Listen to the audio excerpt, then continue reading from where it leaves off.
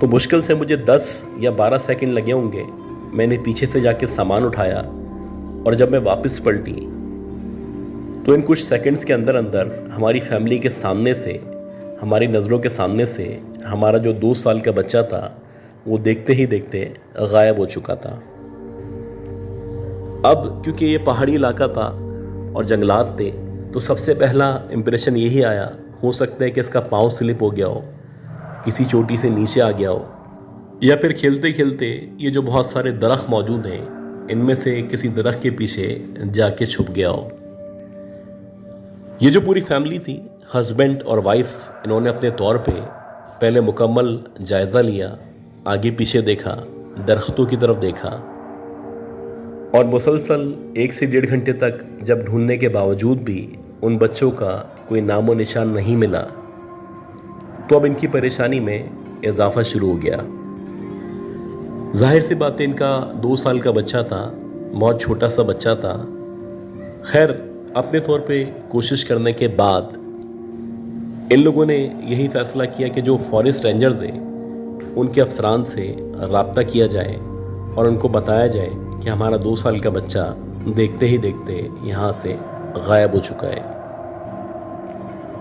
جیسے بھی اس دور کے جو طریقے تھے، پرانے فون تھے یا جو بھی ایک طریقہ کار تھا، اس کے مطابق فارسٹ رینجرز تک یہ بات پہنچتی ہے کہ ہائیکنگ کے لیے ایک فیملی وہاں پہ موجود تھی اور ان کا بچہ مسنگ ہے. اب جب یہ بات فارسٹ آفیسر کو پتہ چلتی ہے تو وہ اپنی ٹیم کے ہمراہ اس جگہ کا جائزہ لینا شروع کرتا ہے جہاں سے وہ بچہ مسنگ ہوا تھا. خیر، جب وہ وہاں پہ پہنچا، اس نے چاروں طرف کا جائزہ لیا تو اس کے بعد اس نے اپنی ٹیم کو ڈیوائیڈ کیا کہ ہم 2 کر کے مختلف جگہوں پہ جانا شروع کریں گے اور کوشش کریں گے چاروں سمتوں کی طرف کچھ لوگ چلے جائیں تاکہ یہ جو مسنگ بچہ ہے اس کو جتنا جلدی ہو سکتا ہے بازیاب کرایا جا سکے. ان لوگوں نے ٹیم کی صورت میں 2 3 افراد کی صورت میں مختلف سمتوں میں جانا شروع کیا.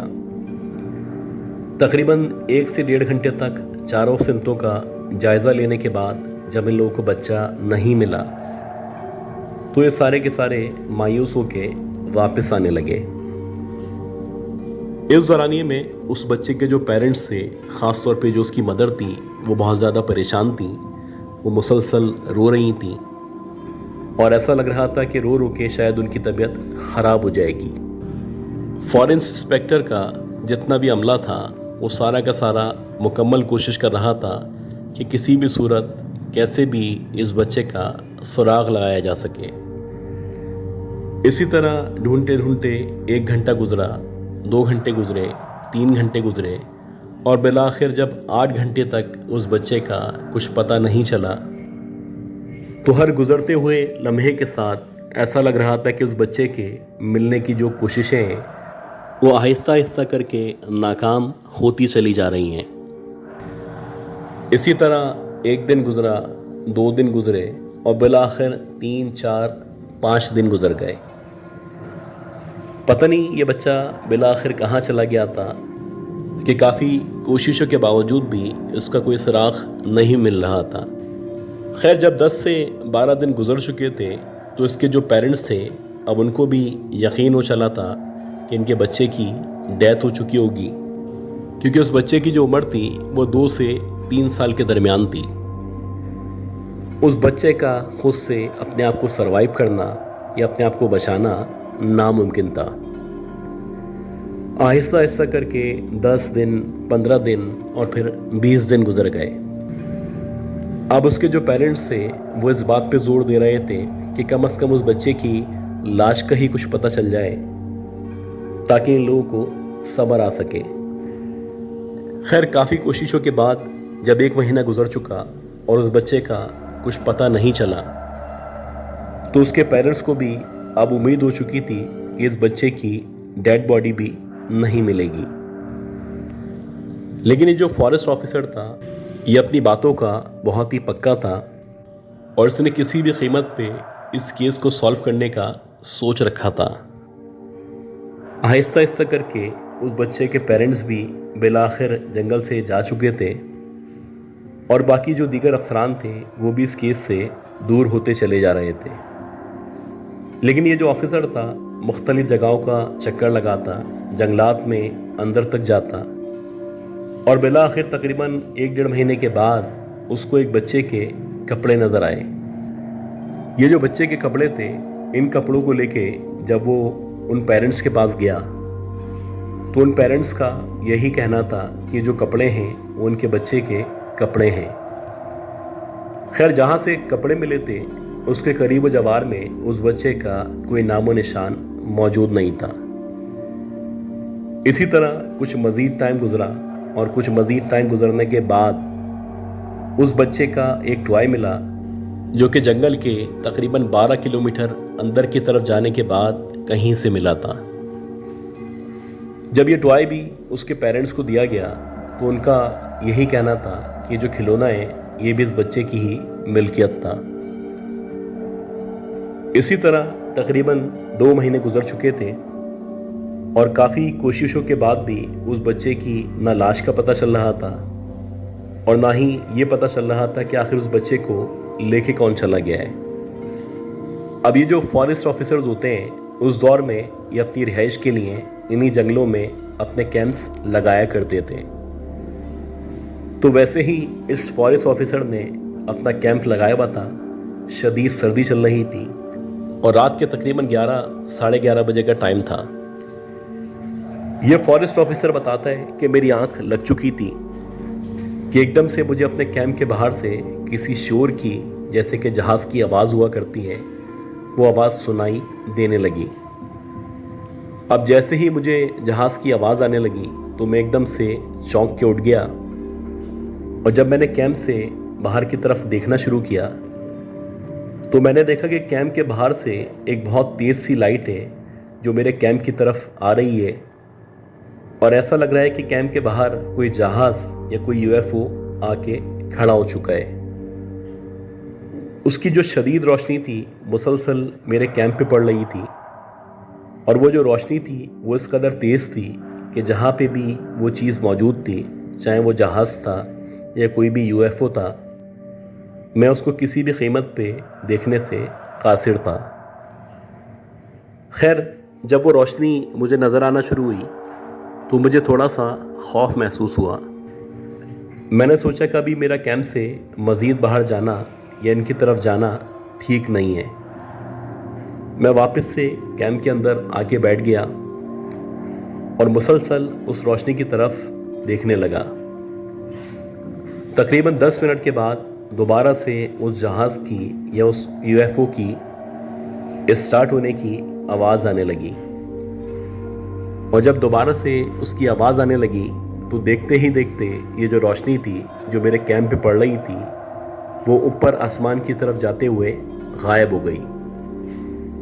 یعنی کہ وہ جو بھی آبجیکٹ تھا، جو بھی جہاز تھا، یہ جو بھی UFO تھا، وہ اب وہاں سے اڑ کے واپس جا چکا تھا.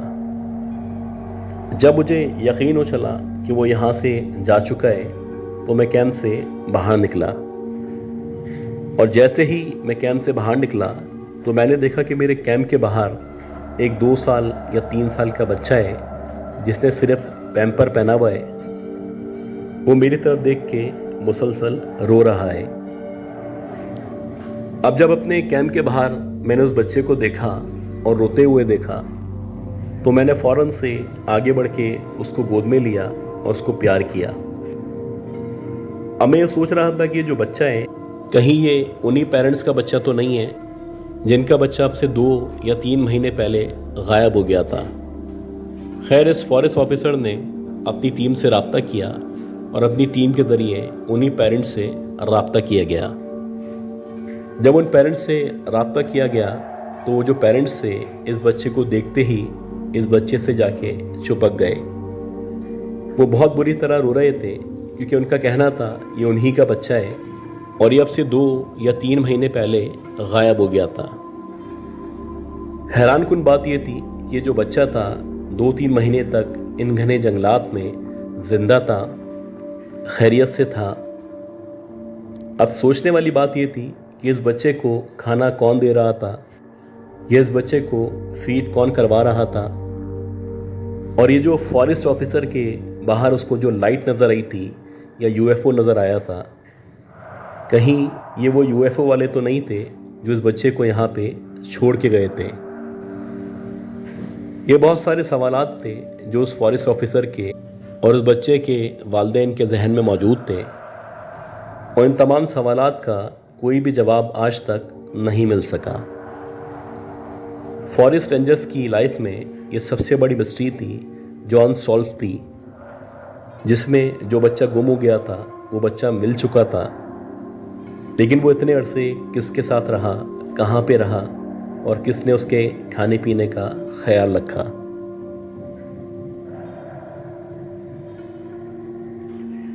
اسی طرح ایک اور فارسٹ آفیسر ہیں جنہوں نے اپنا واقعہ شیئر کیا تھا۔ یہ بتاتے ہیں کہ 1996 چل رہا تھا اور میں بھی آسٹریلیا کے جنگلات میں فارسٹ رینجر کے طور پہ کام کیا کرتا تھا۔ ان کی جو ڈیوٹی تھی وہ رات کے 9 بجے سے صبح 9 بجے تک چلا کرتی تھی، اور ان کی ذمہ داری تھی کہ جتنی بھی کمپلینز ہیں یا جتنے بھی ایشوز ہیں جو اس دورانیے میں پیش آتے ہیں، وہ سارے کے سارے ان کو سولو کرنے ہیں۔ اور اگر کبھی اتفاق سے کوئی کمپلین موجود نہ ہو تو ان کو کہا جاتا تھا کہ آپ اپنی گاڑیوں کو لے کے جنگلات میں نکل جائیں اور لوگوں کو تلاش کریں۔ اگر کوئی مشکل میں ہے، کسی کی گاڑی خراب ہو چکی ہے یا کسی کی طبیعت خراب ہے، تو آپ جنگلات میں پہنچ کے ان لوگوں کی مدد کریں۔ تو ویسے ہی یہ ایک ٹرپ پہ نکلے اور رات کے تقریباً 11:30-12 بجے کا ٹائم تھا۔ یہ بتاتے ہیں کہ جب میں جنگلات کے ڈیپ میں پہنچا تو گاڑی جہاں سے گزر رہی تھی اس سے تقریباً 25 یا 30 فٹ کے فاصلے پہ جہاں پہ درخت موجود تھے، مجھے ایسا لگا کہ شاید 2 آنکھیں ہیں جو ان جنگلوں میں اس اندھیرے میں چراغوں کی طرح چمک رہی ہیں۔ اب اتنے اندھیرے میں جہاں پہ پچ ڈارک تھا، اگر ایک دم سے 2 آنکھیں چمکتی ہوئی نظر آئیں تو آپ سوچیں گے ضرور کہ ہو سکتا ہے کوئی جانور ہو جس کی آنکھیں اندھیرے میں چمک رہی ہوں۔ خیر، یہ جو فارسٹ آفیسر تھا، جیسے ہی اس کو یہ 2 آنکھیں نظر آئیں تو یہ اپنی گاڑی سے باہر نکلا۔ اس کے پاس گن موجود تھی، ٹارچ موجود تھا، اور یہ ٹارچ مارتا ہوا آہستہ آہستہ درختوں کی طرف بڑھ رہا تھا۔ جیسے جیسے یہ درختوں کی طرف بڑھ رہا تھا تو اس کو ایسا لگ رہا تھا کہ ان جنگلوں میں سے کسی عورت کی چیخنے کی یا کہرانے کی آواز آنا شروع ہوئی ہے۔ اب کیونکہ یہ جوان تھا، بہت بہادر تھا، اتنی جلدی ڈرنے والا نہیں تھا، یہ مختلف آوازیں سننے کے باوجود بھی آگے بڑھتا چلا جا رہا تھا۔ خیر، آگے بڑھتے بڑھتے اس کو ایسا لگا کہ اس کے سر کے اوپر جو درخت موجود ہیں وہاں پہ کوئی موومنٹ ہوئی ہے۔ جیسے ہی اس نے اپنی ٹارچ اوپر ماری اور اوپر کی طرف دیکھا تو یہ بتاتا ہے کہ اس نے دیکھا کہ ایک عورت ہے جو درختوں سے الٹی لٹکی بھی ہے، یعنی کہ اس کے پاؤں اوپر کی طرف ہیں اور اس کا سر نیچے کی طرف ہے۔ یہ جو عورت ہے، اس کے چہرے پہ جب اس نے لائٹ ماری تو یہ بتاتے ہیں کہ اس عورت کا جو چہرہ تھا وہ باقاعدہ جھلسا ہوا چہرہ تھا، اور اس کی جو آنکھیں تھیں وہ لال شولوں کی طرح روشن تھیں۔ اس عورت کے جسم پہ کوئی لباس موجود نہیں تھا، اور اس کے جسم پہ جگہ جگہ بہت سارے بال موجود تھے۔ بظاہر ایسا لگ رہا تھا کہ یہ جو عورت ہے اس کی شکل انسانوں کی طرح ہے، لیکن اس کی جو باقی باڈی ہے وہ کسی ریچھ یا کسی جانور کی طرح ہے۔ خیر، یہ جو عورت تھی یہ مسلسل الٹی لٹکی بھی منہ سے عجیب عجیب طرح کی آوازیں نکال رہی تھی، اور بظاہر ایسا لگ رہا تھا کہ جیسے وہ غرا رہی ہے۔ یہ بتاتا ہے کہ میں نے فوراً سے اپنی گن لوڈ کی اور میں بس تیار تھا کہ جیسے ہی یہ موو کرے گی، یہ کوئی الٹی سیدھی حرکت کرے گی تو میں اس عورت کو گولی مار دوں گا۔ ابھی یہ اس بارے میں سوچ ہی رہا تھا کہ ایک دم سے کچھ سیکنڈز کے اندر اندر اس عورت نے اس درخت سے دوسرے درخت کی طرف چھلانگ ماری، اور یہ جو کچھ ہوا یہ 2 سے 3 سیکنڈ کے اندر ہوا، اور وہ اس قدر پھرتیلے انداز سے، اس قدر تیزی سے جمپ مار رہی تھی کہ ایسا لگ ہی نہیں رہا تھا کہ جیسے یہ کوئی انسان ہے۔